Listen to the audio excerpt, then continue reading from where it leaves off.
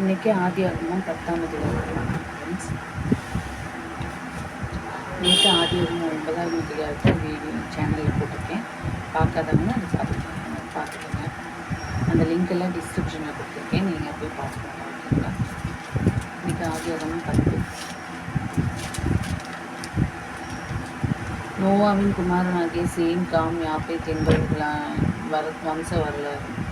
ஜலப்பிரளயத்துக்கு பின்பு அவர்களுக்கு குமாரர் பிறந்தார்கள். யாப்பேத்தின் குமாரர் கோமர், மாகோகு, மாதாய், யாவான், யூபால், மேசேக்கு, தீரஸ் என்பவர்கள்.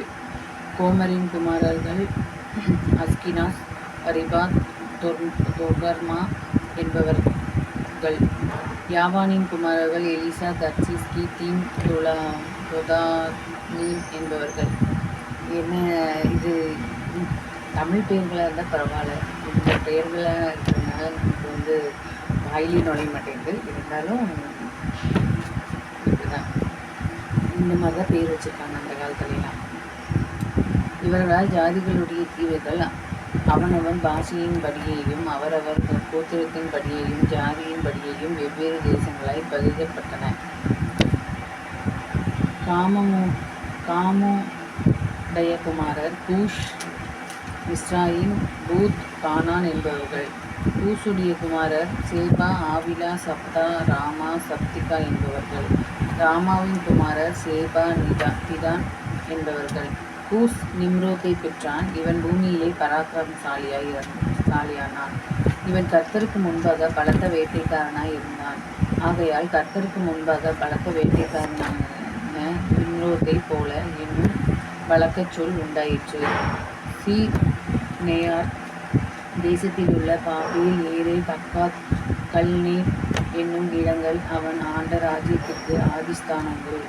அந்த தேசத்திலிருந்து அசூர் புறப்பட்டு போய் நினிவேயையும் ரெகோபோத் பட்டணத்தையும் காலாகையும் நினிவேக்கும் காலாக்கும் நடுவாக ரெசானையும் காட்டினான். இது பெரிய பட்டணம்.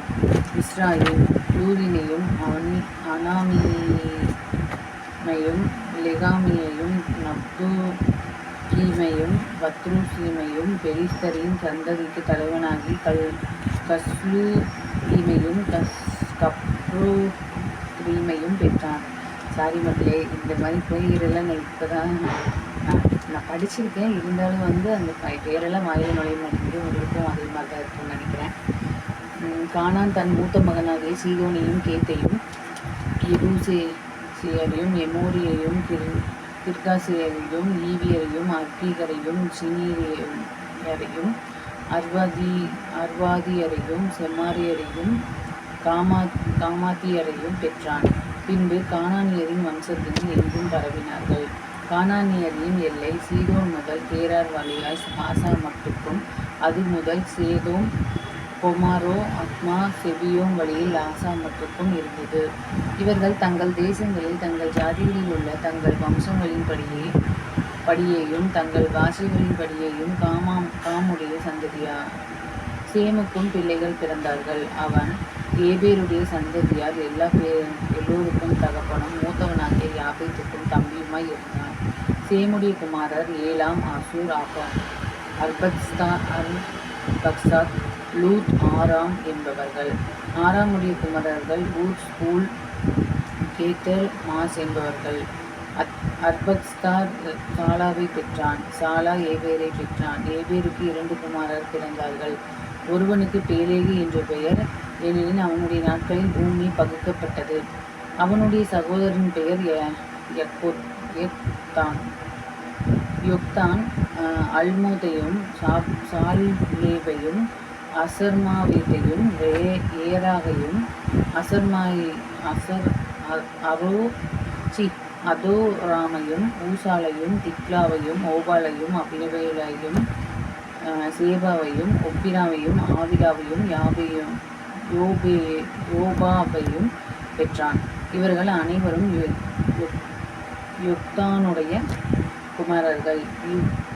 இவர்களுடைய குடியிருப்பு மோசே துவக்கி கிழக்கில் உள்ள மலைகளாகிய செப்பாருக்கு போகிற வழி மட்டும் இருந்தது. இவர்களே தங்கள் தேசங்களில் தங்கள் தேசங்களிலும் தங்கள் ஜாதிகளிலும் உள்ள தங்கள் வம்சங்களின் படியையும் தங்கள் பாஷைகளின் படியையும் சேமுடைய சந்ததியார். தங்கள் ஜாதிகளில் உள்ள தங்களுடைய சந்ததியின்படியே நோவாவுடைய குமாரனின் வம்சங்கள் இவைகளே. ஜலப்பிரளயத்துக்கு பின்பு இவர்களால் பூமியிலே ஜாதிகள் பிரிந்தன.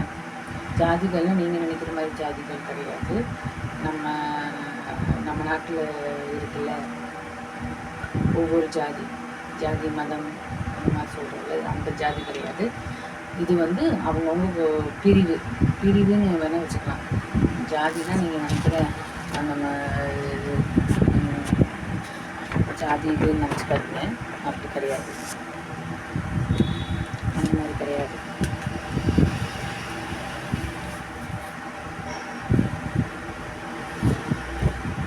அதே மாதிரி புறஜாதிகள் அப்படின்னு சொல்கிறாங்கன்னா வந்து பிற மதஸ்தவர்களை தான் அப்படி சொல்கிறாங்களே தவிர, நம்ம வந்து உதாரணத்துக்கு சொல்லப்போனால் இப்போ வந்து பிராமணர்கள், அப்புறம் வந்து பிள்ளைமார்கள், அப்புறம் அந்த மாதிரிலாம் ஜாதியாக இருக்காங்க இல்லையா, அவங்கள சொல்லலை. அதாவது இப்போது கிறிஸ்தவர்கள் அல்லாத மற்ற மதத்தினரை தான் புறஜாதியினர்கள்னு சொல்கிறாங்க, சரிங்களா? அது வந்து இப்போ கிறிஸ்தவர்கள் அல்லாத இந்துக்கள், முஸ்லீம்கள், அவங்க எல்லாமே தான் புறஜாதி மக்கள் அப்படின்னு சொல்கிறாங்க, சரிங்களா? அதனால் ஜாதிங்கிற வார்த்தை வந்துருச்சுங்கிறதுனால ஜாதியை பற்றியெல்லாம் பேசுகிறாங்க அப்படின்னு சொல்லி தப்பாக நினச்சிக்காதீங்க.